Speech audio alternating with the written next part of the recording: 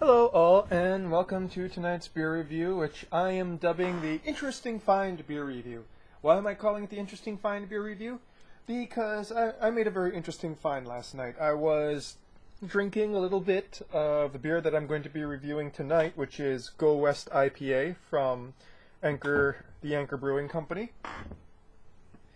And I had picked this up at Whole Foods, and when I usually go to Whole Foods, I usually go and pick up like also little plastic thing of the butt ends of Parmesan cheese.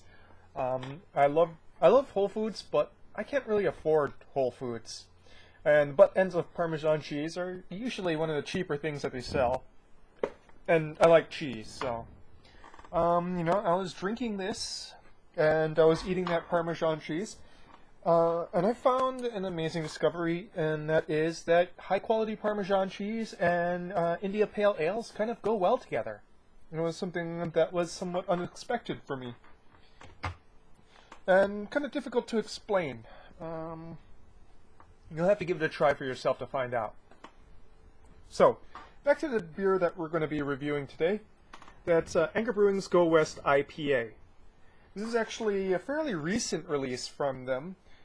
They are the people who invented the American India Pale Ale style back in the mid-70s, before I was even born, with their Liberty Ale, which was a pale ale that was made using a generous amount of American hops.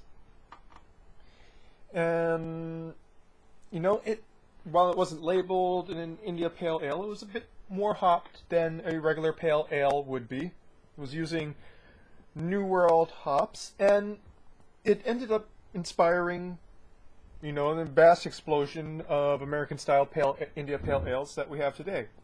But as time went on, the style evolved and changed, and Liberty Ale kind of, was a relic, a very good relic, but didn't quite match the style of the modern modern American India Pale Ale that's released nowadays. So about a year or so back, they released this. Well, maybe closer to 2 years. So let's read the label, shall we? The California Gold Rush compelled thousands to go west to see the elephant, a metaphor for the doggedly optimistic risk-taking linked then and now with America's intensified pursuit of happiness. Sorry, the text is rather small here. As early as 1849, India Pale Ale, prepared by British brewers for export to India by adding dry hops to barrels of hoppy ale, was also going west from England around the Horn to San Francisco. In 1975, America's first craft brewer led the modern revival of dry hopped handmade ales. Fast forward to Go West IPA, made with 2-row pale barley malt and dry hopped with a unique blend of 4 American hops. Its mouth-watering complex aromas of citrus, pine, and the tropics, spiky bitterness, gleaming golden color, and intense finish unite to create this singular 24-karat IPA. Go west, where the impossible is possible. And of course, I love how they kind of do old school labels there. And this doesn't even seem like hipster old school. They're trying it actually looks like old school. It doesn't look like a modern recreation of an old school label. So, let's get to this, shall we? Oh, one last thing. I really want to go and do a comparison between Liberty Ale and, this Go West. Unfortunately, while I had Liberty Ale before, I can't seem to find it anywhere anymore. So, if I do find a place that still sells it in Hawaii, I'll definitely pick up a bottle and do a comparison then. But until then, I guess I can only review this one. So let's get to it, shall we?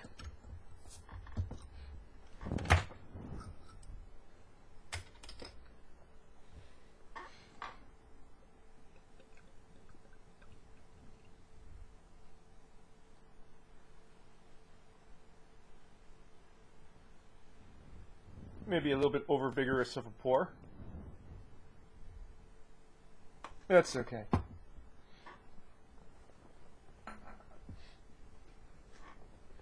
Nice, beautiful golden orange color with a fluffy, let's say, off-white to bone colored head. This is only about 2 months old, by the way, checking the bottle date. Tropical fruit.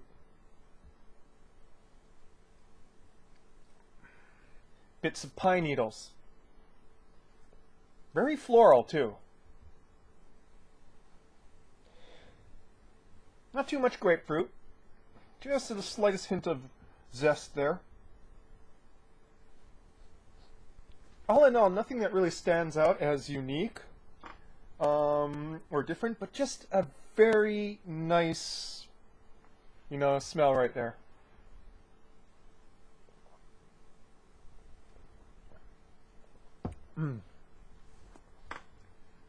In the front, what hits you? Malts, biscuity malts. As well as on top, it's almost like a two-layer flavor thing. You got the malts and you got the hops there.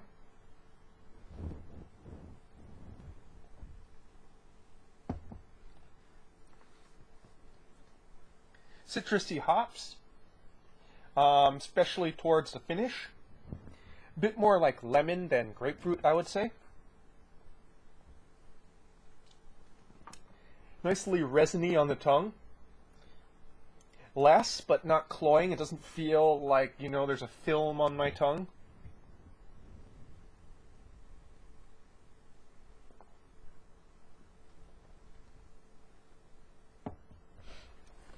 Effervescent floral notes back there while you're drinking.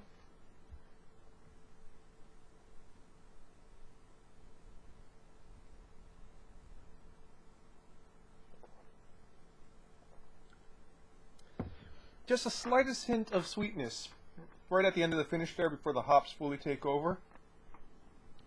All in all, incredibly well balanced.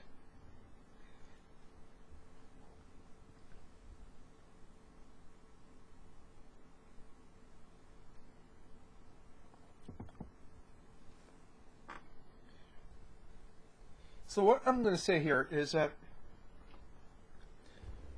this beer, it's not really taking the India Pale Ale style anyplace new.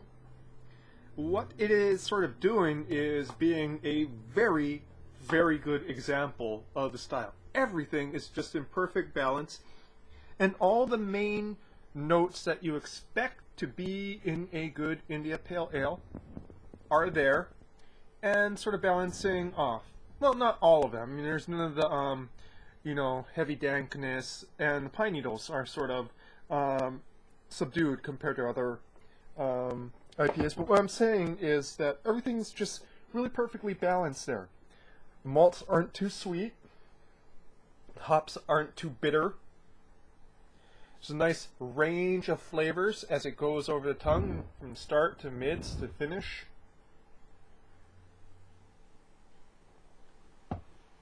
Interplay in between the malts and the hopping, and the type of hopping is very much there, almost layered on the tongue while you're drinking, especially in the mids.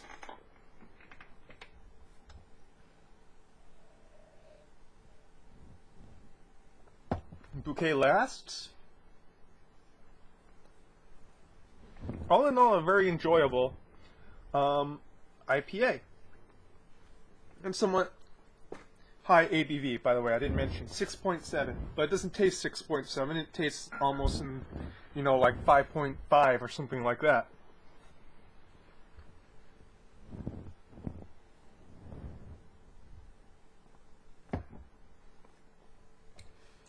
So it's very much an excellent example of the American India Pale Ale style as it is today.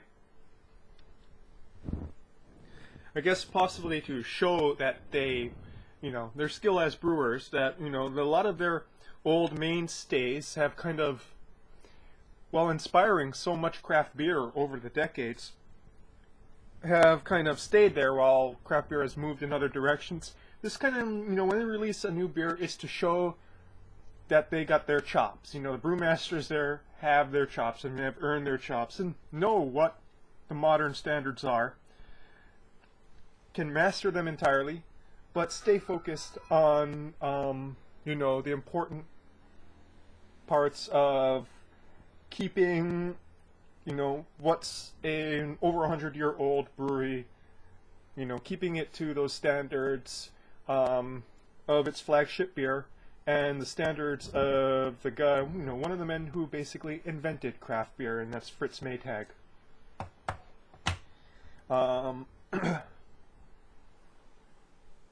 So, well, craft beer in America, that is. So, I kind of run out of things to say, and I guess I'm sort of being laudatory of my favorite, you know, one of my favorite breweries out there. But this is a darn good beer, and you should definitely get yourself a glass of this, or on draft if you're over there in California, and enjoy. So, that's your beer review for tonight, folks. Cheers.